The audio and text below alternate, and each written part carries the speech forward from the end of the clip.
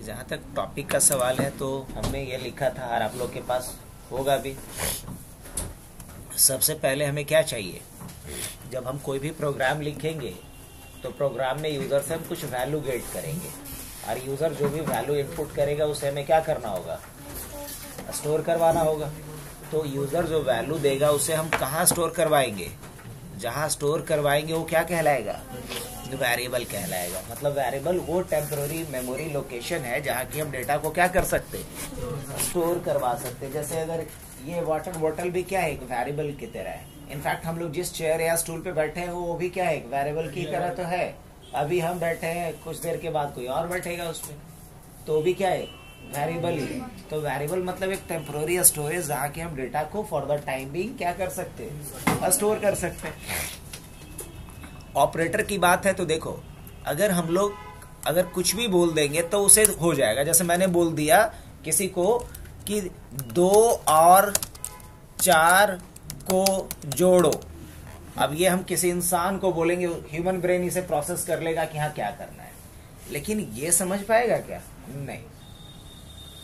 तो जब हमें कंप्यूटर से कोई भी काम करवाना होगा तो उसे हम कोई भी एक मैथमेटिकल एक्सप्रेशन के फॉर्मेट में ही इनपुट करेंगे, ऐसे इनपुट नहीं करेंगे। और अगर हमें कोई भी मैथमेटिकल एक्सप्रेशन अगर बनाना हो तो हम बनाते हैं with the help of operators, with the help of. अब यही बात अगर हमने किसी इंसान को बोला तो कर देगा, लेकिन कंप्यूटर को बोलेंगे तो ये भला बुरा सुना देगा, मतलब एरर दे देगा, बोलेगा हमें कुछ समझ में नहीं आ रहा है। तो कंप्यूटर को समझ में आए क्वेश्चन तब तो वो हमें रेस्पॉन्ड करेगा। तो हमें कंप्यूटर को अगर कोई भी प्रॉब्लम बताना है तो एक मैथमेटिकल एक्सप्रेशन के फॉर्मेट में बताना पड़ेगा। और अगर एक्सप्रेशन हमें बिल्ड करना हो तो इसके लिए हम क्या यूज करेंगे, ऑपरेटर्स का यूज। अब यही बात मान लो मुझे लिखनी है तो हम क्या लिख सकते हैं, लिख सकते हैं यहाँ पे रिजल्ट इक्वल टू 2 + 4। अब ये क्या है, एक एक्सप्रेशन है। इस एक्सप्रेशन में हमने एक वेरिएबल का यूज किया, ये क्या है, एक ऑपरेटर है, और ये क्या है, ये एक ऑपरेंड है, ये भी एक ऑपरेंड है, और दोनों के बीच में जो सिंबल लगा है वो क्या है, ऑपरेटर है ना। अब अगर मैं बोलूं कि एक का एज 40 है, एक का एज 42 है, दोनों में बड़ा कौन है, तो इंसान बता देगा कि बड़ा 42 वाला है, लेकिन कंप्यूटर नहीं बता पाएगा। ये बता तभी पाएगा जब हम यहां पहले क्या करेंगे, लिखेंगे एज ऑफ ए इज 40, ऐसा कैसे कहीं लिखा हुआ है। फिर लिखा हुआ है एज ऑफ ए, ऐसा लिखा हुआ है। एज ऑफ बी कहीं लिखा हुआ है 42। अब अगर मुझे एक्सप्रेशन मैथ के फॉर्मेट में देना हो कंप्यूटर को तो हम क्या लिखेंगे, RES equal to age of a greater than, क्या लिखना पड़ेगा, एज ऑफ बी। तब जाकर के मुझे बताएगा कि कौन बड़ा है या कौन छोटा है। तो कोई भी एक्सप्रेशन बिल्ड करने के लिए हम लोग जो सिंबल यूज करते हैं वो सिंबल क्या है, ऑपरेटर है। और ये ऑलरेडी सी में भी पढ़ी है, तो लोग के लिए कौन सा नया चीज है, वहां भी हम लोग ऑपरेटर पढ़े थे, यहाँ भी ऑपरेटर है।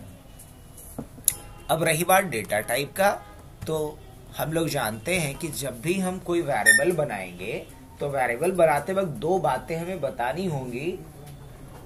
पहली बात कि उस वेरिएबल का साइज कितना बड़ा होगा, और दूसरा उस वेरिएबल में किस तरह के वैल्यू को रखा जाएगा, है ना। तो जैसे कि मान लो कि आप जाते हो और कहीं ऑर्डर देते हो कि हमें पराठा चाहिए, तो कोई बोलेगा पराठा क्या चाहिए, आलू पराठा चाहिए, लच्छा पराठा चाहिए, और भी बहुत सारे वेराइटीज होगा जो मुझे भी नहीं पता। तो वो पूछेगा आपसे किस तरह का, पहली बात। दूसरी बात पूछेगा क्वांटिटी कितना चाहिए, पूछेगा कि नहीं पूछेगा।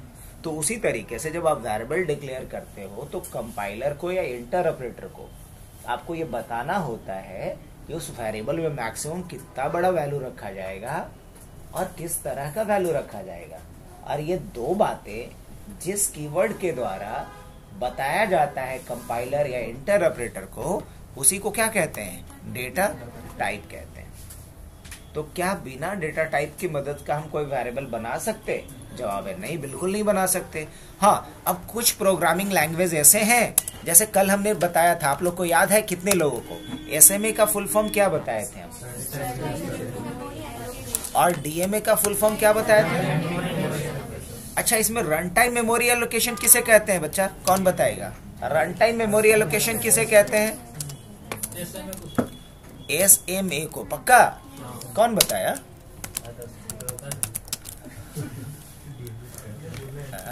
एसएमए को क्या बोलेंगे हम?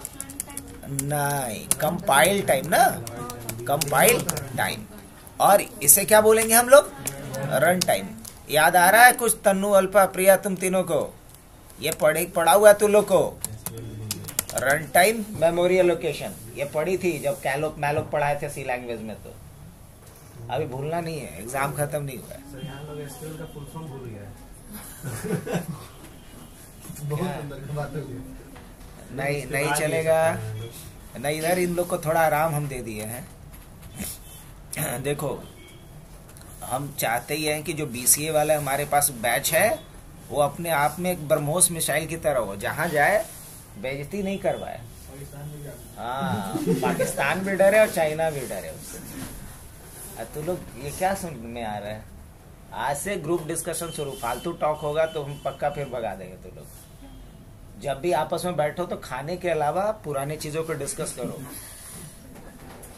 खाली खाने पे कंसंट्रेट करता है। तो बताइए, तो अंदर की बात है तब ना, बाहर वाला कितना बड़ा बेचती है। ये लोग मोंगोडीबी पढ़ा है, बहुत सारे लोग को मोंगोडीबी नहीं आता है, जो प्रोफेशनल है उन लोगों को भी।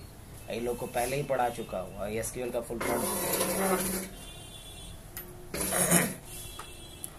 एसएमए बोला जाता है स्टैटिक मेमोरी एलोकेशन, डीएमए क्या है? Dynamic memory allocation. एसएमए को बोला जाता है कंपाइल टाइम मेमोरी एलोकेशन, और डीएमए को बोला जाता है। एसएमए के साथ दो इश्यूज थे, बताए थे ना?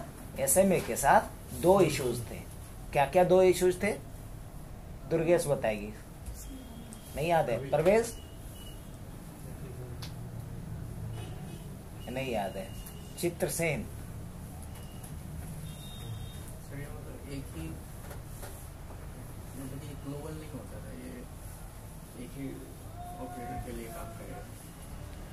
चलो, छोटी वाली तन्नू तुम बताओ, याद है?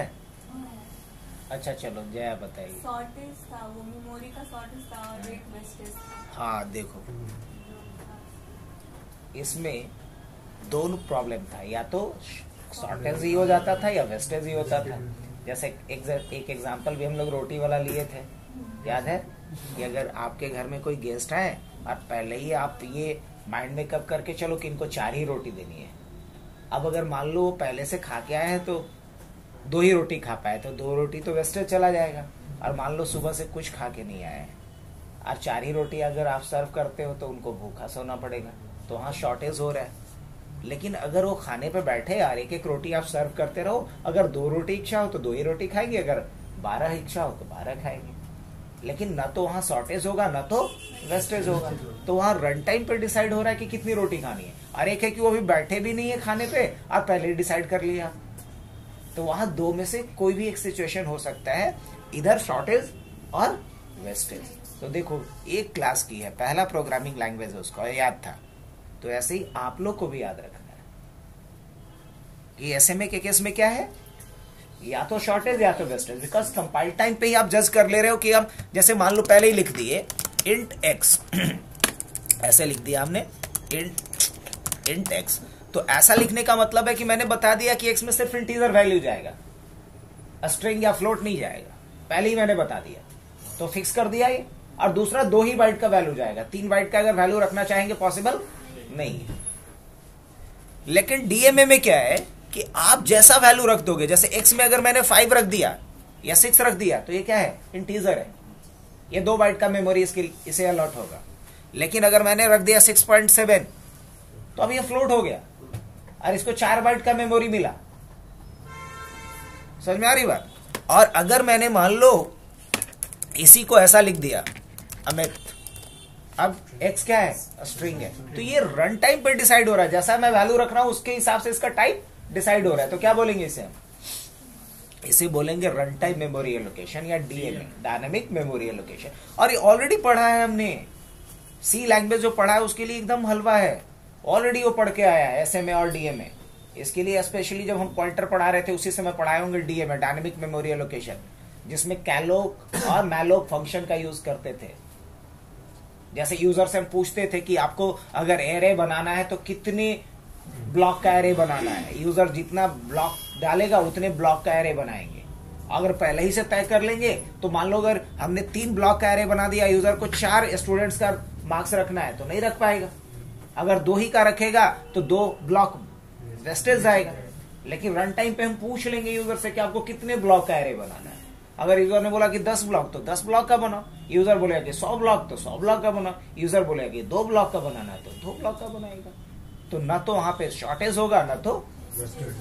लेकिन इन छोटे छोटे पॉइंट्स को आपको मेमोराइज रखना पड़ेगा। अगर नहीं याद रखिएगा तो फिर किसी काम का नहीं, क्योंकि जो आपके दिमाग में है काम वही आएगा। सिंपल याद रखिए, नहीं तो एक कहानी हो जाएगा। एक स्टूडेंट था, वो मैट्रिक में मैथ में ही फेल किया है 3 बार, और जबकि बचपन से लेके हमेशा मैथ का ही ट्यूशन लेता था। घर वाले को भरोसा नहीं होता था, लगता था कि गलत कॉपी चेक हो गया है। लेकिन पोल तब खुला जब उससे एक सिंपल सा क्वेश्चन पूछा गया, अच्छा कॉपियां देख के बना देंगे।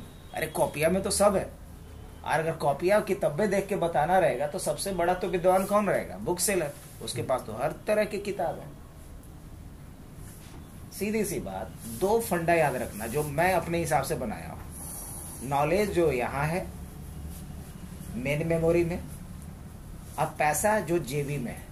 नहीं तो हो सकता है कभी कभी अकाउंट में भी पैसा नहीं निकाल पाता है। तो जो अभी हमारे पास है यहाँ पे नॉलेज और यहाँ पे पैसे, वही जब चाहेंगे तब काम आएगा, और नहीं तो फिर आ भी सकता है, नहीं भी आ सकता है। लेकिन ये तब होगा जब आप रिकॉल करते रहिएगा चीजों को। रिकॉल नहीं कीजिएगा तो भूल जाइएगा। चलो, इसके बाद हम लोग आगे बढ़ते हैं। ये दोनों पॉइंट तो समझ में आ गया। हम इस पे कुछ क्वेश्चन दिए थे आप लोग को करने के लिए। कंडीशनल, अच्छा कंडीशनल क्या होता है?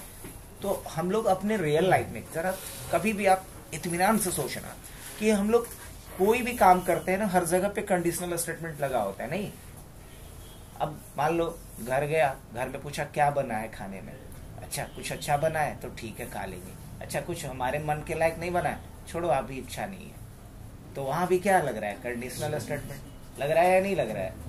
नीचे आप उतरे, मान लो कि कोई फ्रूट्स वाला चले जा रहा है, बनाना वाला पूरा ठेले पे लाद करके। अब पूछे माइंड मेकअप किए कि अच्छा 60 रुपए डजन दे देगा ले लेंगे, और नहीं देगा तो नहीं लेंगे। वहां भी क्या लगा हुआ है? Conditional statement. तो हर जगह पे हमारे पास क्या है? सराउंडिंग कंडीशनल स्टेटमेंट है। अच्छा आज बाहर धूप निकला है तो ठीक है आज कैप लगा के नहीं जाएंगे, क्या सुपोज? तो ये क्या है? ये भी कंडीशनल स्टेटमेंट है। अगर धूप नहीं निकला है तो हम आज कैप लगा के जाएंगे, तो यहाँ भी कंडीशनल स्टेटमेंट है। तो रियल लाइफ में भी हर जगह पे आप कभी भी देखो, आज अभी से जाना ना, अभी से लेकर रात तक सोने तक देखना, हर जगह कंडीशनल स्टेटमेंट का हमारा ब्रेन इंप्लीमेंट कर रहा होता है। हाँ, हम वो चीज कभी ऑब्जर्व नहीं करते हैं, रियलाइज नहीं करते हैं, लेकिन हर जगह होता है। होता है कि नहीं होता है? तो कंडीशनल स्टेटमेंट कहने का मतलब वैसा स्टेटमेंट जिसमें कि हम एक कंडीशन के बेसिस पे, एक शर्त के आधार पे कोई निर्णय लेते हैं। मतलब जो हमारा फ्लो है वो चेंज होगा अकॉर्डिंग टू द कंडीशन। अगर कंडीशन ट्रू हो तो हमारा कुछ और स्टेप्स होगा, और अगर कंडीशन फॉल्स हो तो हमारा कुछ और स्टेप्स होगा। और रियल टाइम में जो भी हम काम करते हैं ऑलमोस्ट हर जगह पे हमें कंडीशनल स्टेटमेंट यूज करना पड़ता है। आप कोई लॉगिन सिस्टम का एग्जांपल लीजिए ना, आप कहीं भी लॉगिन करते हैं, चाहे आप नेट बैंकिंग यूज कर रहे हो या फिर कोई आप सोशल मीडिया अकाउंट को यूज कर रहे हैं, तो आप यूजर नेम पासवर्ड अगर सही डालते हैं तो रिजल्ट अलग आता है, और गलत डालते हैं तो रिजल्ट अलग आता है। तो वहां भी क्या यूज हो रहा है? कंडीशनल स्टेटमेंट ही तो यूज हो रहा है कि नहीं? अगर मान लीजिए कहीं आप फॉर्म अप्लाई करते हैं और अकॉर्डिंग टू द क्राइटेरिया आप सब कुछ नहीं डालते हो तो क्या होता है? आपका फॉर्म रिजेक्ट हो जाता है। तो वहां भी क्या यूज हो रहा है? कंडीशनल स्टेटमेंट का यूज हो रहा है क्या? तो कहीं भी जहां एक शर्त के बेसिस पे डिसीजन लिया जा रहा हो, वही बात मैंने यहाँ पे लिखा है, बहुत एकदम सिंपल लेकिन straightforward. Conditional statement is used to make a decision based on a condition that will decide flow of the program. एक प्रोग्राम के फ्लो को जो तय करता हो कि क्या होगा अगर कंडीशन ट्रू होगा, क्या होगा अगर कंडीशन फॉल्स होगा. और इसी पे कल हमने 5-6 क्वेश्चन दिया था. वो पूरा का पूरा सारा क्वेश्चन किस पे बनेगा? Conditional statement. हाँ, लूप का यूज कहाँ किया जाता है? तो लूप का यूज किया जाता है रिपीटेशन के लिए. लूप का यूज कहाँ किया जाता है? रिपीटेशन के लिए. अगर एक ही काम को मान लो मुझे 10 बार करनी है या एक ही काम को 100 बार करना है, तो हमें 100 बार उसको लिखना पड़ेगा ना. तो हमने पढ़ा है कि किसी भी प्रोग्रामिंग लैंग्वेज में एक बेसिक कॉन्सेप्ट हमने बताया था आप लोगों को. शायद आप लोग पहली बार सुन रहे हैं तो बताइएगा, अगर पहले सुने हैं तो भी बताइएगा. अब ये ड्राई, इस ड्राई का मतलब क्या होता है? ड्राई का प्रोग्रामिंग में मतलब कुछ अलग होता है, रियल टाइम में कुछ अलग होता है. यहां होता है don't repeat your self. Don't repeat your self, या इसको बोला जाता है ड्राई. इसका क्या अर्थ है? इसका अर्थ ये है कि एक ही स्टेटमेंट को आप बार बार मत दोहराइए, बार बार मत लिखिए. अगर ऐसा आप करते हैं तो इससे आपका प्रोग्राम बहुत कॉम्प्लेक्स भी बनेगा और ओवरऑल उसका जो एग्जीक्यूशन टाइम है वो भी बढ़ जाएगा और इसमें आपका टाइम भी बहुत वेस्टेज जाएगा. लेकिन अब करें क्या? मान लो कि मुझे एक ही स्टेटमेंट को 1000 बार चलानी है, तो 1000 बार लिखेंगे क्या? नहीं. इसके लिए हम लूप का यूज करेंगे. लूप के अंदर हम जिस बात को लिख देंगे तो लूप जितनी बार चलेगा. लूप होता क्या है? अगर मैं एक लाइन में आपसे पूछूं कितने लूप का लॉजिक स्ट्रांग है बताओ. लूप अगर पूछा जाए कि लूप का एग्जैक्ट क्या मीनिंग होता है तो क्या बोलोगे?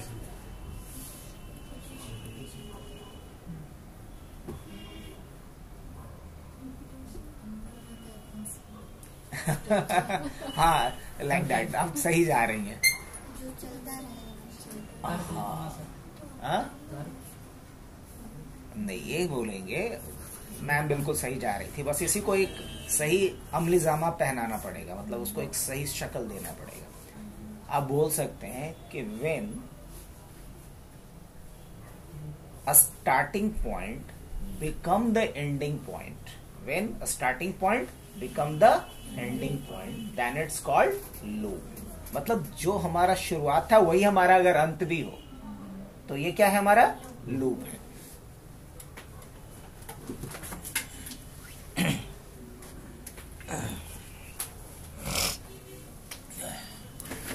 मान लिया जाए मैंने यहां से शुरू करा और फिर से चल करके मैं यहीं पे आ गया, तो जो हमारा स्टार्टिंग पॉइंट था वही हमारा क्या है?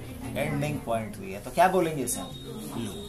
अभी कोई जरूरी नहीं गोली हो, बस कुछ भी हो सकता है. मतलब जहां से हम चले और अगर हम वहीं पहुंच गए, जो हमारा स्टार्टिंग पॉइंट था वही हमारा क्या है? एंडिंग पॉइंट भी है. तो इसे क्या कहेंगे? लूप कहेंगे. When ending point will be same as the starting point, then it's called loop. जो हमारा स्टार्टिंग पॉइंट है वही हमारा एंडिंग पॉइंट भी है, तो इसे क्या कहेंगे? लूप कहेंगे. और लूप का यूज किया जाता है रिपीटेशन के लिए. देखो रियल टाइम में बहुत ऐसी बातें होती हैं, बहुत ऐसा हमें स्टेटमेंट लिखना होता है जिसमें हमें पता नहीं होता है कि कितनी बार रिपीट होगा. इनिशियली हमको नहीं पता होता है, वो 2 बार भी हो सकता है, 200 बार भी हो सकता है. तो कोई भी वैसा टास्क मुझे परफॉर्म करना है जिसमें रिपीटेशन तो होना है, लेकिन मुझे इनिशियली मतलब शुरू में ये नहीं पता है कि वो कितनी बार रिपीट होना है, तो इसे हम लूप के थ्रू ही सॉल्व कर सकते हैं. किसके थ्रू कर सकते हैं? अब जैसे चलो ना एक एग्जांपल लेते हैं. मैं चाह रहा हूं कि यूजर तब तक नंबर इनपुट करता रहे जब तक कि वो निगेटिव नंबर न डाल दे. अब मुझे पता है कि यूजर पहली बार में निगेटिव डालेगा कि दूसरी बार में डालेगा कि 200 बार में डालेगा, नहीं ना. तो इस तरह के प्रॉब्लम को हम किसके थ्रू सॉल्व कर सकते हैं? लूप के थ्रू, जिसमें रिपीटेशन तो होना है लेकिन इनिशियली मुझे ये नहीं पता कि रिपीटेशन कितने बार होना है. तो इस तरह के प्रॉब्लम को हमें सॉल्व करना होगा with the help of loop.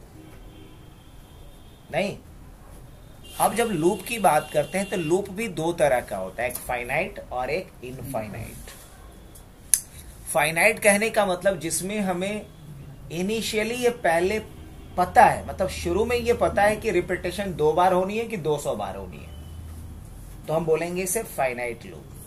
लेकिन अगर हमें इनिशियली नहीं पता कि 2 बार होनी है कि 2000 बार होनी है रिपीट, तो हम क्या बोलेंगे इसे? इनफाइनाइट लूप बोलेंगे। अब अगर हम फाइनाइट लूप की बात करेंगे तो फाइनाइट लूप के लिए क्या यूज होना चाहिए? फॉर यूज करना ज्यादा बेहतर है, ज्यादा सुटेबल है। इसका एक कतई मतलब नहीं निकालेंगे कि हम फॉर के थ्रू इनफाइनाइट वाला प्रॉब्लम सॉल्व नहीं कर सकते, कर सकते, लेकिन मोस्ट अगर सुटेबल की बात करें तो क्या रहेगा उसके लिए? फॉर। और वाइल किसके लिए मोस्ट अप्रोप्रिएट होगा? इनफाइनाइट सेट ऑफ रिपीटेशंस के लिए मोस्ट सुटेबल क्या है? वाइल।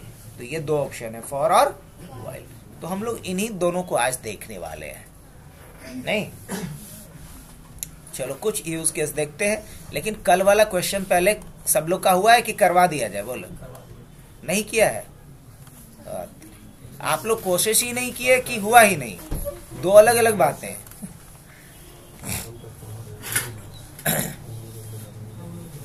कुछ लोग सक्षम होता है लेकिन आलसी होता है, करना नहीं चाहता है। कोई कर दे मेरे बदले बस। पहला क्वेश्चन क्या था? हाँ चलो, write a program to input a number. अभी गप मत करो, नंबर देखो, मैं बार बार एक ही चीज बोल रहा हूं, अगर आप लोगों को मौका मिल रहा है रिपीटेशन का ना, तो उसका फायदा उठाओ और अपने आप में इस तरह का स्किल बनाओ कि आप किसी को कन्वे कर सको एग्जैक्टली जो आप ग्रैब कर रहे हो। सीखने का वही मतलब ना है जी, कि हम किसी को सिखा सके। नहीं तो वो इस स्थिति में रहे कि जो अस्वस्थामा के साथ था, सीख तो लिया लेकिन अधूरा सीखा था। पूरा सीखिए, राइट अ प्रोग्राम। और गप बिल्कुल नहीं, क्योंकि एक समय में अगर 2 काम कीजिएगा तो सब काम अधूरा रहेगा। तो पूरा फोकस कीजिए, जब हम बता रहे हैं तो पूरी तरीके से सुनिए। Write a program to input a number and print number is odd और इवन। बस सिंपल सा प्रोग्राम है। तो सबसे पहला काम क्या होगा, इसमें हम नंबर इनपुट करेंगे। अब हमने यहां पे लिख दिया टेक इनपुट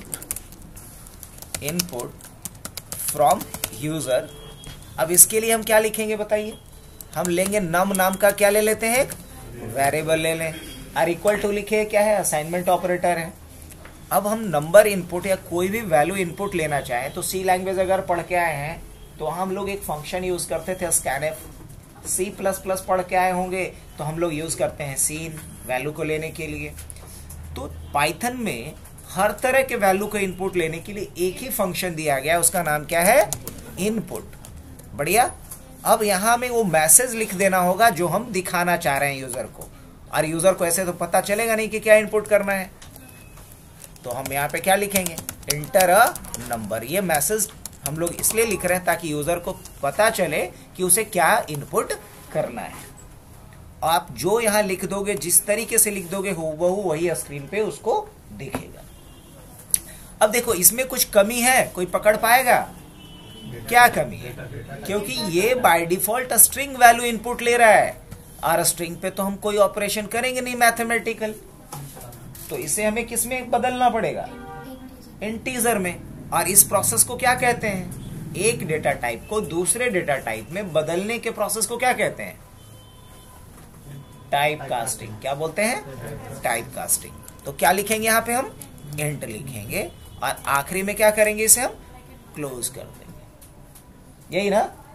तो ये इनपुट के थ्रू जो इनपुट हमने लिया, या जो स्ट्रिंग के रूप में हमें इनपुट मिला, उसी को इंट क्या करेगा? इंटीजर में कन्वर्ट करेगा, और ये जो इक्वल टू है उसी इंटीजर वैल्यू को कहाँ रख देगा? नम के अंदर रख देगा। तो टेक इनपुट फ्रॉम यूजर। ये वाला काम हो गया। अब हम क्या करने वाले हैं, हमें एक डिसीजन लेना है।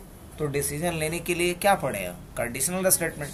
तो हम यहाँ क्या लिखेंगे, इफ यदि, अच्छा कोई भी नंबर ऑड या इवन के लिए क्या लॉजिक होता है, ये भी सोचने की एक बात है। तो कोई भी नंबर अगर क्या है 2 से कंप्लीट डिविजिबल है, मतलब 2 से डिवाइड करने पे रिमाइंडर 0 आ जाए, तभी ना बोलेंगे कंप्लीट डिविजिबल है। अगर कोई भी नंबर 2 से कंप्लीट डिविजिबल है तो क्या बोलेंगे उसे, और अगर 2 से कंप्लीट डिविजिबल नहीं है तो क्या बोलेंगे, ऑड। तो हम यही बात यहाँ लिखेंगे, इफ, और क्या करेंगे, नम। और कंप्लीट डिविजिबल है या नहीं है रिमाइंडर को देख के पता चलेगा ना। और रिमाइंडर निकालने के लिए कौन सा ऑपरेटर हमने पढ़ा है, तो रिमाइंडर निकालने के लिए इसमें ऑपरेटर होता है ये वाला। कौन सा ऑपरेटर होता है, ये वाला परसेंट, जिसे मॉडुलस ऑपरेटर कहते हैं। तो क्या लिखेंगे यहाँ, इफ नम मॉडुलस 2, यही ना। अब मुझे कंपेयर करना है कि नम मॉडुलस 2 करने पे वैल्यू क्या 0 आ रहा है, क्या 0 आ रहा है। तो यहाँ कौन सा ऑपरेटर लगाया हमने, रिलेशनल ऑपरेटर। देखो तो इसमें से कौन वाला है, ये वाला है, चेक करो, यही वाला ना। क्या बोलेंगे इसे, रिलेशनल ऑपरेटर। क्या लिखे यहाँ पे, 0। तो इस एक्सप्रेशन का मतलब हुआ कि अगर नम को 2 से मॉडुलो डिवीजन किए तो क्या रिमाइंडर 0 आया। अगर रिमाइंडर 0 आया तो क्या प्रिंट कर दो, वो बात यहाँ पे आप लिख दीजिए। तो स्क्रीन पे प्रिंट करने के लिए क्या लिखेंगे, नम, नम कॉमा देंगे क्योंकि एक आर्गुमेंट है। अब स्पेस दे करके इज इवन, पक्का। चलो बढ़िया। अब ये मत सोचना कि एक्सक्लेमेशन क्यों दिए, बस ऐसे ही मेरी मर्जी दे दी, आपकी मर्जी नहीं देने नहीं देने। अगर ऐसा नहीं हो तो अन्यथा को अंग्रेजी में क्या बोलते हैं, एल्स। तो क्या लिखेंगे यहाँ पे, एल्स। एल्स के बाद क्या देंगे, कोलोन देंगे।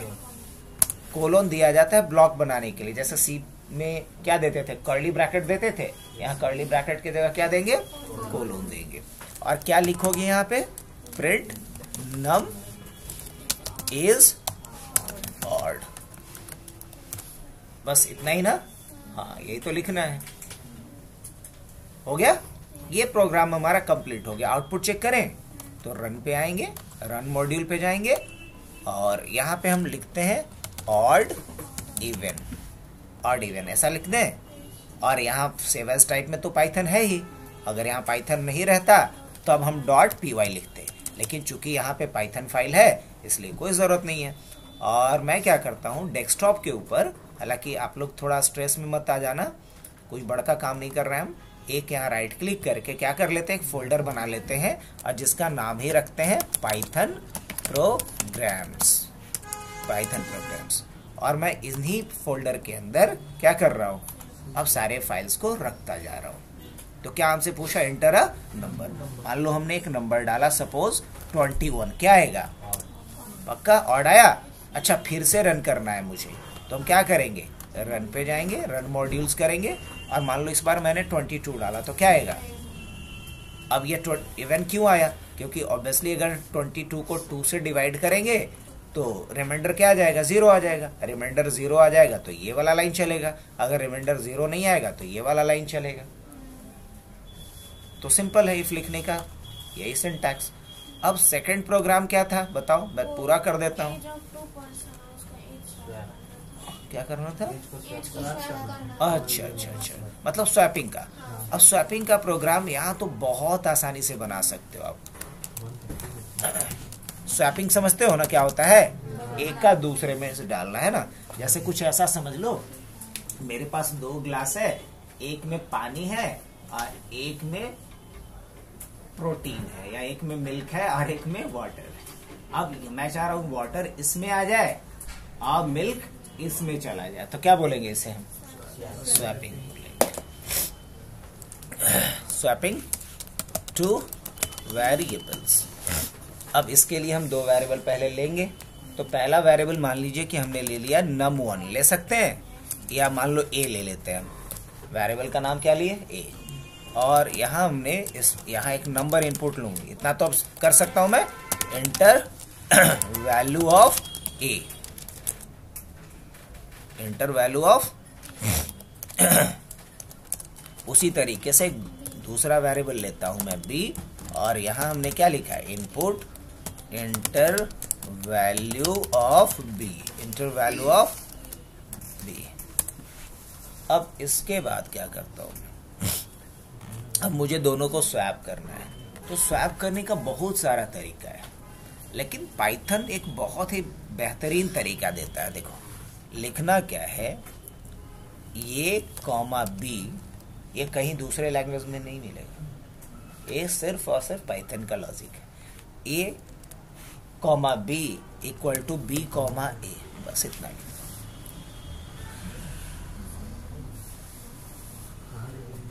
अब चेक कर लेते हैं कि वाकई ऐसा हुआ या नहीं हुआ। ओके, तो मैं लिखूंगा यहाँ पे प्रिंट, और भी इसके बहुत सारे लॉजिक हैं, वो भी मैं बता देता हूँ।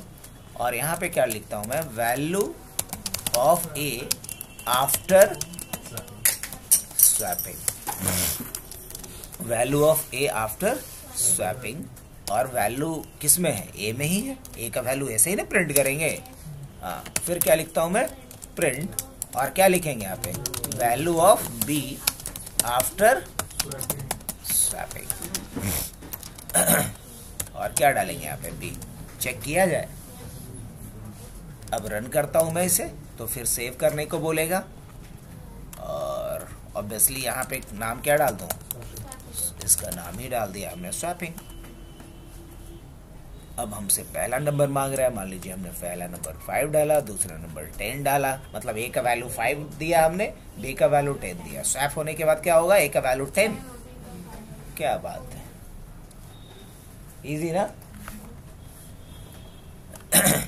एक तरीका तो ये था। अब एक जो तरीका दूसरे प्रोग्रामिंग लैंग्वेज में है, ये तो समझ लो प्रोप्राइटरी किसका हो गया, पाइथन का। यहाँ आप कर सकते हो। अब मान लो ये वाला लाइन अभी हम कमेंट कर दे ताकि इस तरीके से स्वैपिंग ना हो, तो कमेंट करने के लिए क्या लिखेंगे हम लोग, हैश। हैश लिख दिए तो ये किसको पल्ले नहीं पड़ेगा। हाँ, अब जब रन करेंगे तो ए का वैल्यू भी क्या आएगा आफ्टर स्वैपिंग, जैसे सेम जो देख रहे हो, क्योंकि यहाँ स्वैपिंग हुआ ही नहीं। स्वैपिंग वाली लाइन को हमने क्या कर दिया है, कमेंट कर दिया था। अब एक तरीका जो नॉर्मल तरीका है, जो सबको पता होता है, बच्चा वो जो प्रोग्रामिंग में बच्चा हो, वो तीसरा वेरिएबल लेकर के, जैसे कि दूध वाला ही और पानी वाला लिए एग्जांपल, तो एक तीसरा ग्लास लेंगे, उसमें पहले वाटर को डाल लेंगे, वाटर खाली हो गया तो उसमें मिल्क को डाल लेंगे, फिर मिल्क खाली हो गया तो तीसरे ग्लास को इसमें उड़ेल देंगे, हो गया स्वैपिंग। तो ये नॉर्मल तरीका है जो हर किसी को पता होता है, बच्चे। तो ऐसा करने के लिए क्या करेंगे हम, सी इक्वल टू क्या करेंगे, ए। तो ए का कंटेंट किस में आ गया, सी में। अब ए तो खाली हो गया, तो ए में किसको डाल देंगे, बी के वैल्यू को ए में डाल देंगे। अब क्या हो गया है बताओ, अब बी तो खाली हो गया है ना, तो बी में किसको डाल देंगे, सी को। अब जब रन करेंगे तो भी रिजल्ट आएगा। ये स्वैपिंग का दूसरा तरीका मैं दिखा रहा हूं आपको। क्या बात है, हो गया। तो ये तरीका पे ज्यादा गौरवान्वित फील नहीं करना है, ये बच्चे को पता है। ये दूसरा तरीका था, इसको भी क्या कर लेते हैं हम, कमेंट कर लें। अब देखो कमेंट यहां से लेके यहां तक करना है, तो 3 लाइन या 4 लाइन को कमेंट करना है, तो एक एक को करके 1 बाय 1 अगर कमेंट करेंगे तो क्या होगा, थोड़ा हेक्टिक लगेगा। तो क्या एक साथ मल्टीपल लाइंस को कमेंट कर सकते हैं, हाँ कर सकते हैं ना। इसके लिए ट्रिपल सिंगल कोट्स डाल दो, और जहां तक कमेंट करना है वहां तक डाल दो। अब इतने लाइंस को सिर्फ हम लोग पढ़ पाएंगे, पाइथन का इंटरप्रेटर इसको नहीं पढ़ पाएगा, है ना। पाइथन का इंटरप्रेटर इसे अब नहीं पढ़ पाएगा। क्लियर है। अब एक तरीका और है, जैसे कि सी में या अदर प्रोग्रामिंग लैंग्वेज में, पाइथन में तो खैर नहीं बोलेगा, कि आप एक लॉजिक लिखो जिसमें बिना थर्ड वेरिएबल यूज किए हुए, जैसे इसमें हमने क्या किया है, एक थर्ड वेरिएबल लिया है ना, तो बिना थर्ड वेरिएबल यूज किए हुए आप 2 नंबर को स्वैप करके दिखाओ। तो इसके लिए लॉजिक क्या लेंगे हम, इसके लिए लॉजिक ऐसा लिया जाए कि मान लो कि पहला नंबर ये है, दूसरा बी है, तो हम करें क्या, लिखेंगे a इक्वल टू, अगर a में 5 है और b में क्या है 10 है, ये मान के चल रहा हूं मैं, तो हम लिखते हैं a equal to a plus B. तो अल्टीमेटली अभी b a के अंदर क्या आ गया बताओ, a के अंदर क्या आ गया 15 आ गया ना। अब अगली लाइन में मैं लिखता हूं b equal to a minus B.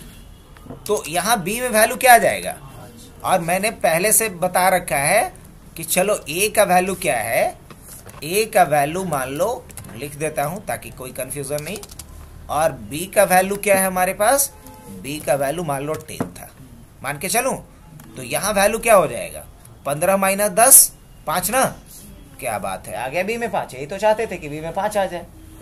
और तीसरे लाइन में फिर हम क्या लिखेंगे, ए इक्वल टू फिर क्या करेंगे ए माइनस बी।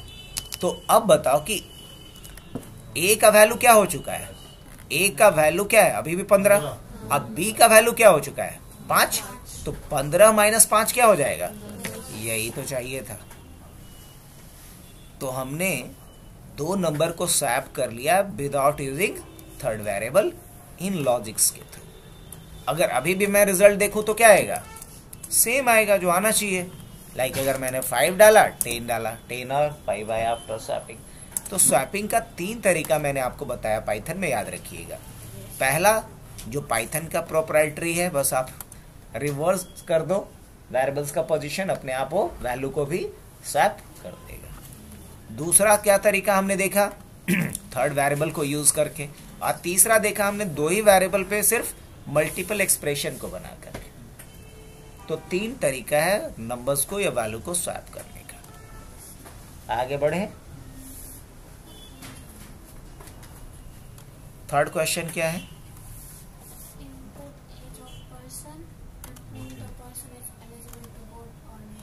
अच्छा ठीक है, चलो ऐसे भी लग रहा है कि बिहार में विधानसभा चुनाव आएगा ही ना,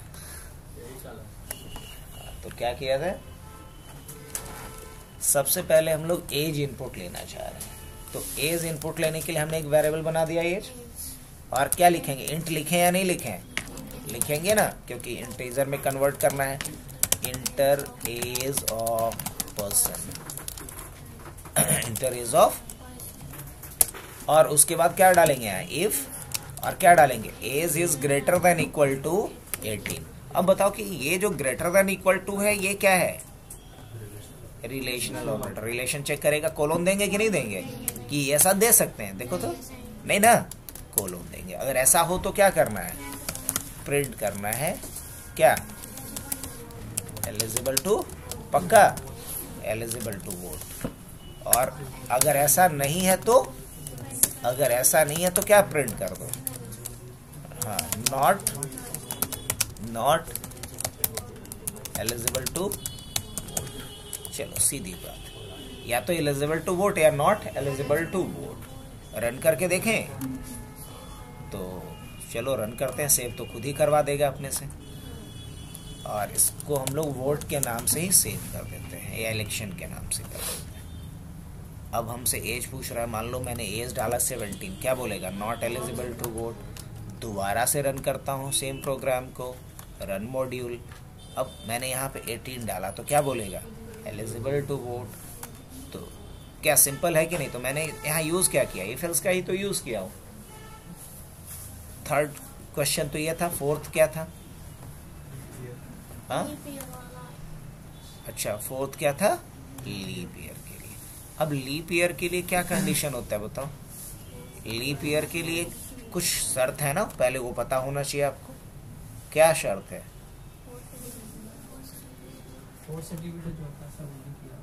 हाँ 4 से जो डिविजिबल होता है लीप ईयर होता है, और कुछ है,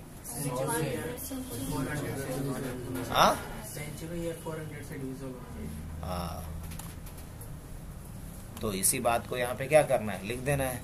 तो चलिए कोई नहीं, सबसे पहले हम लोग क्या करते हैं, ईयर के नाम से क्या बनाते हैं, पक्का, और इंट, और क्या करते हैं हम लोग इनपुट, और एंटर ईयर, ईयर इनपुट ले लेते हैं हम। अब मुझे यहाँ पे क्या डालना है, कंडीशन डालना है, तो हम क्या लिखेंगे इफ, और क्या लिखेंगे ईयर, और क्या करेंगे मॉड्यूलस 4, मतलब ये क्या होना चाहिए, और अगर करे तो क्या आना चाहिए, 0 होना चाहिए। एंड क्या, और ईयर मॉड्यूलस 400 ना, 100 नॉट इक्वल टू क्या होना चाहिए? 0 नॉट इक्वल टू 0। 4 से तो होना चाहिए लेकिन 100 से नहीं होना चाहिए। या अब और एक और कंडीशन देंगे और फिर क्या लिखेंगे? ईयर मॉडुलस क्या होना चाहिए? 400 इक्वल टू 0। अगर ऐसा है तो क्या प्रिंट कर दो? यहाँ ब्रैकेट देना जरूरी नहीं है बाकी सी या अदर लैंग्वेज की तरह। तो प्रिंट क्या कर दो? Lip year. बस इतना लिख दे रहा हूँ, बाकी आप मैसेज अपने हिसाब से कस्टमाइज कर लेंगे। और अगर ऐसा नहीं है तो क्या प्रिंट कर दो? तो प्रिंट कर दो नॉट लीप ईयर।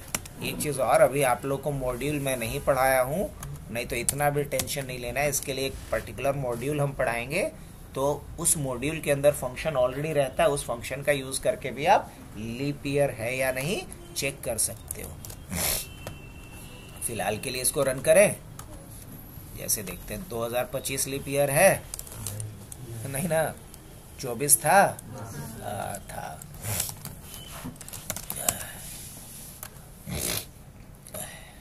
मान लीजिए हम 2024 डालते हैं तो क्या आ रहा है? लीप ईयर आ रहा है, सही तो है। रन करते हैं 2025 डालते हैं, नॉट लीप ईयर।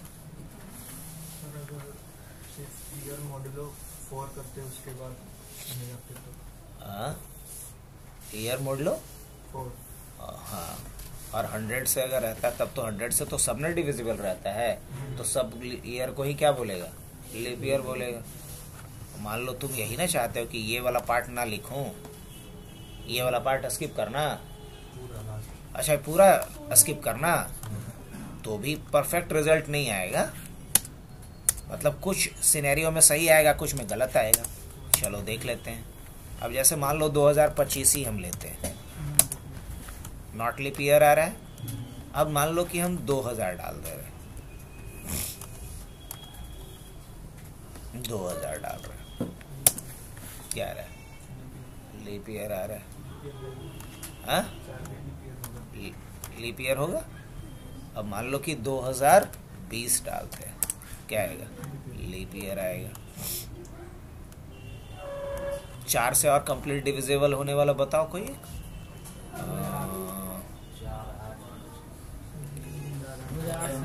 2008 क्या रहा है? Leap year. सही में 2008 लीप ईयर था।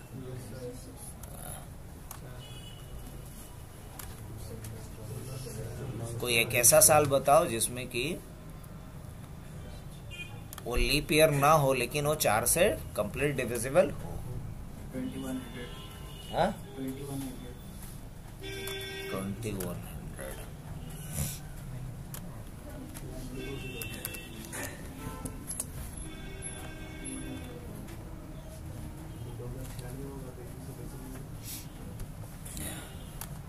तो अगर इसमें सारे केसेस मैच नहीं कर रहे हैं, वो जानबूझ करके मैंने लिखा था ताकि उसमें सारा केस हमारा क्या करेगा? मैच करेगा। तो इसलिए हमने लिखा था कि एंड ईयर मॉडुलस क्या? हाँ, मॉडुलस 100 नॉट इक्वल टू क्या होना चाहिए? 0। क्योंकि 100 अगर वो 4 से कंप्लीट डिविजिबल है तो किससे डिविजिबल नहीं होना चाहिए? 100 से कंप्लीट डिविजिबल नहीं होना चाहिए। या फिर ईयर मॉडुलस क्या? 400 इक्वल टू 0 होना चाहिए। अब ये सारे कंडीशन पे मैच करेगा। अगर इतने भी लिखने से बचना चाह रहे हो तो इसके लिए हम लोग एक अलग मॉड्यूल जब टॉपिक एक पढ़ेंगे, जब फंक्शन शुरू होगा, देखो है ना नेक्स्ट टॉपिक फंक्शन, तो वहाँ बताएंगे कि हमारे पास पाइथन के पास ऑलरेडी फंक्शन है जिसके थ्रू हम चेक कर सकते हैं कि लीप ईयर कोई ईयर है भी या नहीं है। नेक्स्ट क्वेश्चन क्या है? हाँ, ग्रेड कार्ड। ये तो बता चुके थे शायद। वो तो ऑलरेडी रिकॉर्डिंग में भी है, क्वेश्चन में भी है। आगे बोलो। हाँ, सैलरी स्लिप बनाया है भैया, बना लेते हैं। शायद संतोष जी तो बताए भी है ना अभी तुम लोग को सैलरी स्लिप वाला। ठीक है, तो सैलरी स्लिप ही हम बना लेते हैं अभी।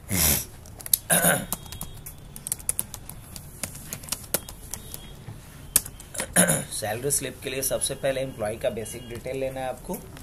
तो हम नेम इनपुट ले लेते हैं, या हम शॉर्ट में लिखें EN मतलब एम्प्लॉय का नाम। तो यहाँ इंट लगाना जरूरी है? नहीं, enter name of employee, enter name of employee. और उसके बाद एम्प्लॉय का क्या आईडी लेना है ना, तो EID लिख लूं। हाँ, लिख सकते हैं। क्या इसको इंट में ले सकते हैं? नहीं, कोई जरूरी नहीं है, हम इसको भी स्ट्रिंग में, क्योंकि इस पे कोई कैलकुलेशन तो करना नहीं है। जिस पे कैलकुलेशन नहीं करना उसको हम किस में रख सकते हैं? स्ट्रिंग में रख सकते हैं। Enter employee ID, enter employee ID.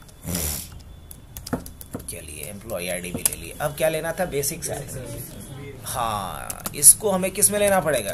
Guess करो, इंटीजर में, क्योंकि इस पे कैलकुलेशन करना है। तो इनपुट और क्या डालेंगे हम? एंटर बेसिक पे, ये बेसिक पे या बेसिक सैलरी एक ही बात है, बेसिक से पे ऑफ एम्प्लॉय। क्या एम्प्लॉय का ही तो निकालेंगे, और क्या इसका निकालेंगे? स्टूडेंट का थोड़ी बेसिक।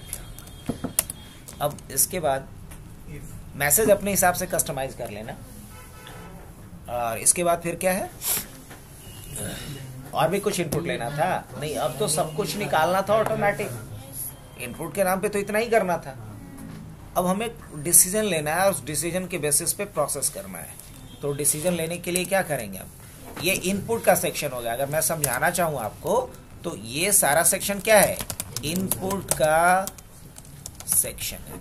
आप इनपुट लेने का काम कर रहे हो। अब जो हम लोग करेंगे वो क्या सेक्शन होगा? प्रोसेसिंग का सेक्शन होगा। और उसके बाद क्या बनेगा? आउटपुट का।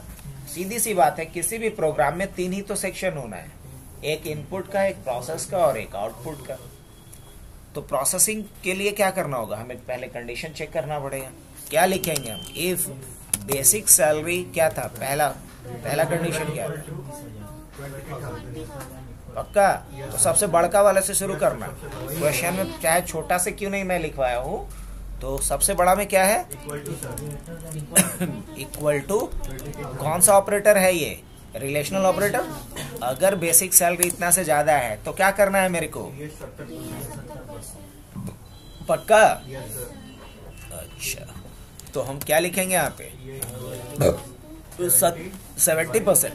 किसका? तो बेसिक इंटू 70 बाई 100। अच्छा, यहाँ डबल स्लैश क्यों दिया हूँ पता है?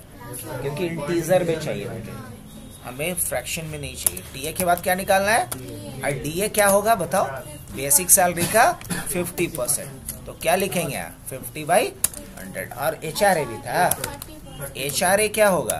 तो बेसिक सैलरी का 30%। तो ऐसे लिख सकते हैं, बेसिक इंटू 30/100। और भी कुछ निकालना था? नहीं ना? अच्छी बात। अब आते हैं इस, अगर ऐसा नहीं है तो नहीं है को क्या बोलते हैं? नहीं है तो एलिफ, अदरवाइज, है ना? एलिफ। एल्स इफ को शॉर्ट में क्या लिखते हैं? एलिफ लिखते हैं। अच्छा, अब एक बात हमें बताओ, तू लोग के दिमाग में एक सवाल आना चाहिए कि सर एलिफ के जगह हम इफ नहीं लिख सकते? हाँ, लिख सकते भाई, लिख सकते। नहीं, वो नहीं होगा। समझिए बात। अगर यहां भी हम इफ लिख देंगे तो ये वाला अगर कंडीशन मैच भी करेगा ना, तब भी ये चेक करेगा, जिसका कोई अर्थ है। मान लो कोई खोजने आया गुलशन को, और गुलशन यहाँ दिख गया, तब वो दूसरा रूम में जा रहा है। लॉजिकली क्या है? हम लोग बोलेंगे लगता है गुलशन को खोजने नहीं आया, कुछ और ही ढूंढ रहा है, क्योंकि गुलशन तो दिखा फिर भी ये। तो अगर ये कंडीशन मैच कर जाए तो आगे कंडीशन चेक होना चाहिए। लॉजिकली बोलेंगे नो। लेकिन अगर आपने इफ लिख दिया तो ये कंडीशन मैच होगा, फिर भी आगे का कंडीशन चेक होगा। हम क्या चाहते हैं कि अगर ये कंडीशन मैच हो जाए तो आगे कंडीशन चेक ना हो। तो इसलिए हम लोग यहाँ पे क्या लिखेंगे, एलिफ लिखेंगे। अब रीजन बता पाओगे? पूरा एल्स इफ लिखे तो यहाँ एरर आएगा, क्योंकि बोलेगा कि हम इसको नहीं पहचानते, जबकि दूसरे प्रोग्रामिंग लैंग्वेज में वैसे ही लिखना होता है, वहां एलिफ लिख देंगे तो तब एरर आ जाएगा। देखो हर लैंग्वेज का अपना एक ग्रामर होता है। अब मान लो अंग्रेजी की बात करें तो अंग्रेजी में हम लोग राम आम खाता है को क्या लिखते हैं, राम खाता है आम। और हिंदी में अगर लिख देंगे वही तो क्या होगा, गलत। तो कहने का अर्थ ये है कि हर एक लैंग्वेज का अपना लिखने पढ़ने बोलने का क्या होता है, एक तरीका होता है, जिसे कि ग्रामर कहते हैं, है ना। तो हर लैंग्वेज का ग्रामर क्या है, अलग अलग। हिंदी का अलग ग्रामर हम लोग पढ़ते हैं, इंग्लिश का अलग ग्रामर पढ़ते हैं। तो उसी तरीके से हर लैंग्वेज का जो सिंटैक्स है थोड़ा एक दूसरे से डिफरेंट होता है। तो यहां समझ में आ रही बात।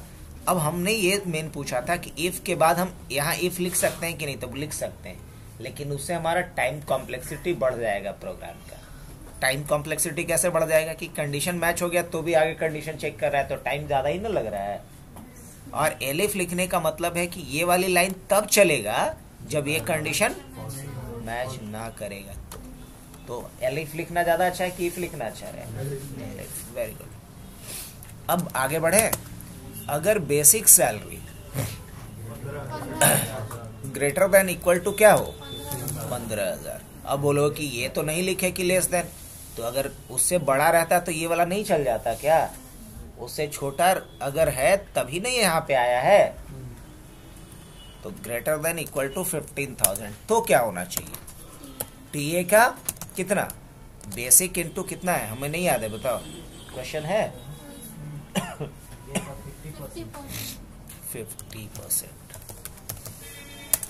और डीए कितना है, बेसिक का 30% और HRA क्या है, बेसिक का कितना है 20%।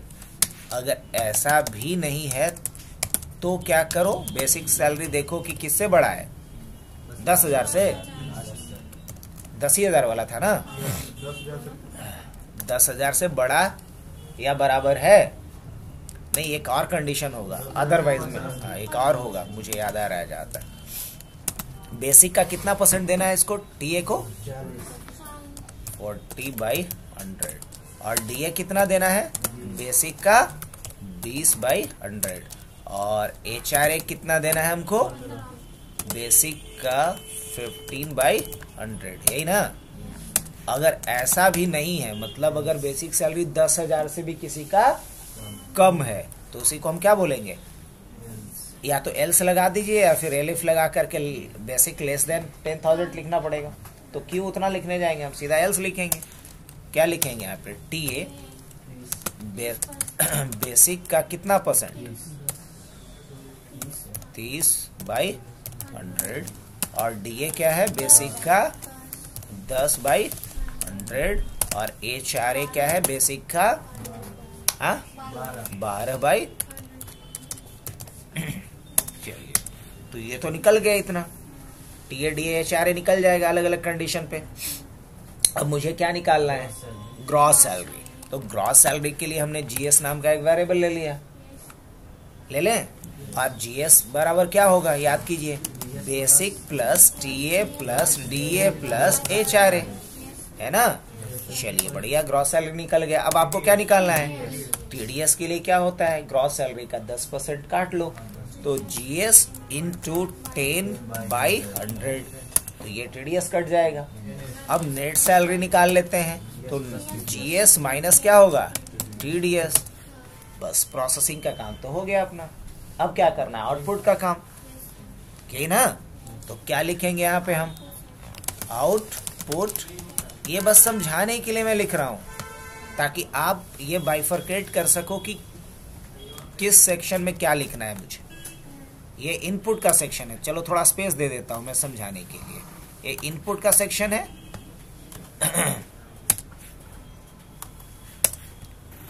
ये प्रोसेसिंग का सेक्शन है, और ये सेक्शन किसका लिखने जा रहे हैं हम लोग अभी, आउटपुट का लिखने जा रहे हैं। शुरू करें। अब आउटपुट के लिए क्या करना था मुझे, सबसे पहले ऊपर में एक लाइन बनानी थी ना, पक्का। तो क्या लिखेंगे, प्रिंट चलिए, और इसको हम कॉपी कर लेते हैं बच्चा, क्योंकि इसको हमको बार बार यूज करना होगा, इसलिए हमने इसको कॉपी कर लिया। और उसके बाद क्या करना है, एक मैसेज प्रिंट करना है ना, प्रिंट करना है /t/t/t, और क्या करना है, सैलरी स्लिप ऑफ, और यहाँ पे नाम आना चाहिए एम्प्लॉय का। तो एम्प्लॉय का नाम किस में है, EN, यही ना, बस बंद कर दें। हाँ, तो सैलरी स्लिप ऑफ। अब इसके नीचे एक लाइन खींच के आनी चाहिए, कंट्रोल भी कर लें, सेम साइज का लाइन मिल जाएगा अपने को। किसको टर्मिनेट किए, अरे पूरा मान जाएगा तब तो। और इसके बाद क्या करना है, अब मुझे कॉलम लिखना होगा, basic EID, basic salary, TADA, ये सारा कुछ। तो फिर क्या लिखेंगे हम, प्रिंट करते हैं, क्या लिखेंगे यहाँ पे, पहले सॉरी EID ना, पहले क्या लिखेंगे, EID, और EID के बाद क्या देना चाहिए, और यहाँ एक टैब पहले दे देता हूँ, सॉरी, /t EID, और EID के बाद फिर क्या देना है, बेसिक सैलरी। तो बेसिक सैलरी के लिए BS लिख दें या बेसिक लिख दें, बेसिक पे, और बेसिक पे के बाद फिर क्या देते हैं, T है ना, TA, और उसके बाद क्या देना है, DA देना है, और उसके बाद HRA, उसके बाद ग्रॉस सैलरी ना, GS, उसके बाद क्या देना है, TDS, और उसके बाद क्या देना है, नेट सैलरी। पक्का, इतना ही ना, क्या करेंगे इसको क्लोज, सेमी कॉलन क्यों लगा रहा हूँ मैं। अब इसके नीचे हमें क्या डालना है, अब इसके नीचे में वो इसका वैल्यू आना चाहिए, तो वैल्यू के लिए फिर प्रिंट यूज करेंगे, और /t पहले लगा दोगी, तो /t लगा दी तो एक मतलब 4 स्पेस के बाद रुकेगा कर्सर, और यहाँ पे वैल्यू क्या डालेंगे हम, यहाँ हम कॉमा दे के EID डाल देंगे, तो EID लिखे, और फिर क्या लिखेंगे, /t, फिर कॉमा देंगे, राइट। अब बेसिक पे किस में है, BS में, फिर कॉमा देंगे, फिर क्या लिखेंगे, /t, और फिर क्या है, T है ना, और फिर कॉमा देंगे, /t, और फिर क्या दे देंगे, सॉरी D है ना, DA, और फिर /t HRA, फिर कॉमा, HRA के बाद क्या देना है, ग्रॉस सैलरी, और ग्रॉस सैलरी के बाद क्या देना है, TDS, फिर क्या देना है, नेट सैलरी। बस इतना ही था। चलो, अब उसके बाद नीचे क्या देनी है, लाइन प्रिंट करनी है, और फिर एक और लाइन प्रिंट कर देना है, और इन बिटवीन दिस 2 लाइन्स मुझे कुछ मैसेज देना है ना, क्या देना था, /t सैलरी मंथ, सिर्फ यही ना, मंथ, और क्या था, दिसंबर 2024, बस क्लोज कर दे, दैट्स इट। इतना तो काम करना था, बहुत सिंपल था। आउटपुट चेक करें, और इन तीनों के लिए, या तीनों क्या है, इधर 3 और इधर 3, तीनों के लिए 6 के लिए तो बहुत इजी है, क्योंकि इस तरह का प्रोग्राम हूबहू करी है ये लोग C लैंग्वेज में, नहीं। तो सैलरी स्लिप के नाम से सेव कर दें, कर देते हैं। अब देखो, पहले एम्प्लॉय का नाम पूछा, मान लो एम्प्लॉय का नाम हमने क्या डाल दिया, एम्प्लॉय का नाम मान लो कि हमने डाल दिया रवि, रवि का एम्प्लॉय ID क्या डाल दिया, H10110, और बेसिक पे रवि का मान लो कि मैंने डाल दिया 10,000 रुपये। कैलकुलेशन करना आसान रहेगा अपने लिए। एंटर करें तो देखो, रवि का बेसिक सैलरी अगर ये है तो, अच्छा थोड़ा टैब एक, तो पहले वही मैं ठीक कर लूँ क्या, बेसिक सैलरी तक सही आ रहा था ना, उसके बाद गड़बड़ हो रहा था। अरे हल्का शिफ्ट हो जाता है।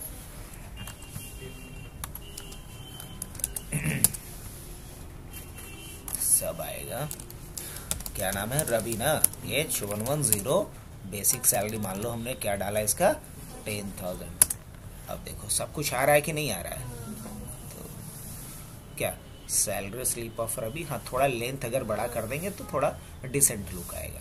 EID आ गया, बेसिक पे आ गया, TA क्या आएगा, मतलब 40% था क्या, तो 4,000 रुपया। DA कितना था, 20% होगा शायद, तो 2,000 रुपया, और ये 15% होगा तो 1,500 रुपया, और ग्रॉस सैलरी क्या आएगा, तो 10,000, 14,000, 14 दो 16, 16 एक 17, 17.5 सही तो आ रहा है। और 17.5 का 10% 1,750 रुपया इसका TDS कट जाएगा, तो नेट सैलरी कितना मिलेगा इन हैंड रवि को? सही तो कर रहा है नहीं? परफेक्ट। तो क्या मुश्किल था बताओ इसमें? बस इफ एल्स का तो लॉजिक लगाना था जो हम लोग पढ़े थे।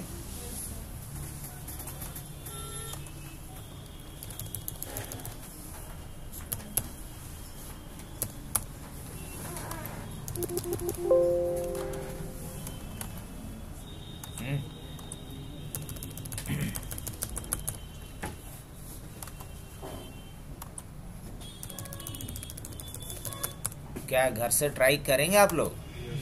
एक बार बनाना है इसको, अब बिना देखे अगर जहां लगे कि नहीं बन पा रहा है तो आप हेल्प लीजिए।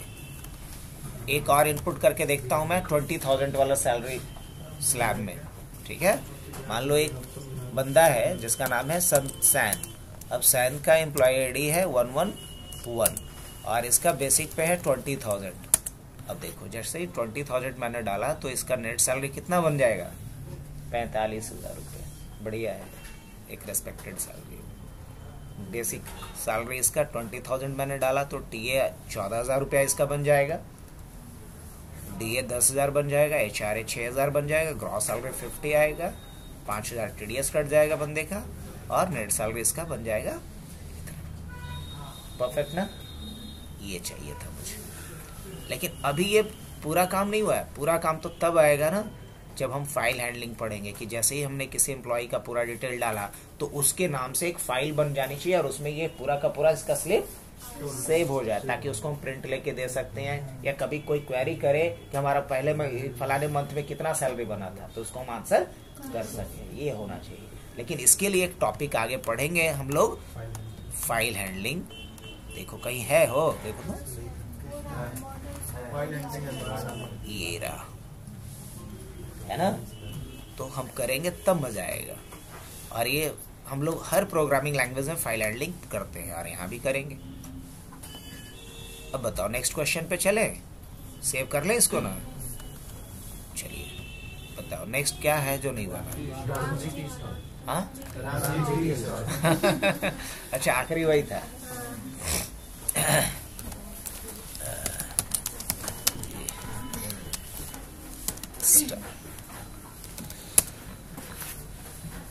ये तो क्रिएटिविटी आपका दिखाना था इसमें, जितना बेहतर जितना डीप में लेके जाना था। चलो ठीक है,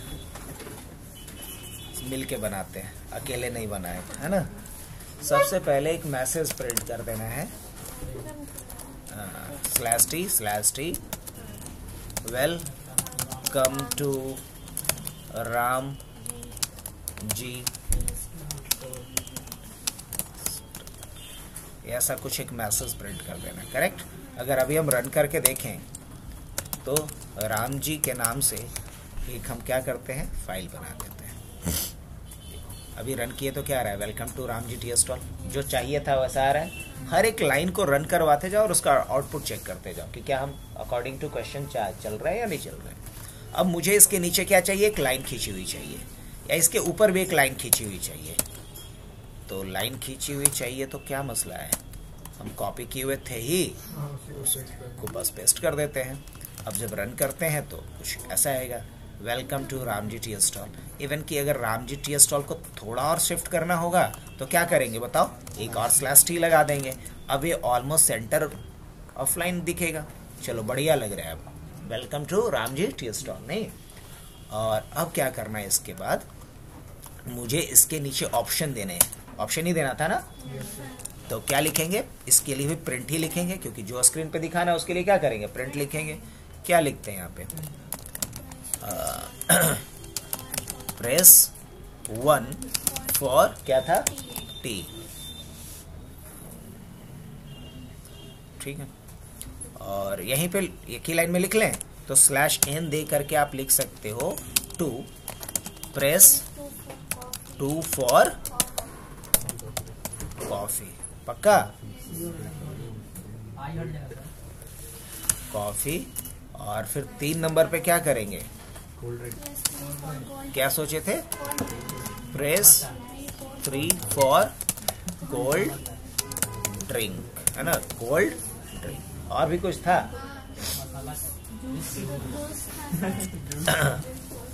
राम जी मॉडल 2 मिनट रुक पड़, चलो लोग छोड़ ही क्या जाता है।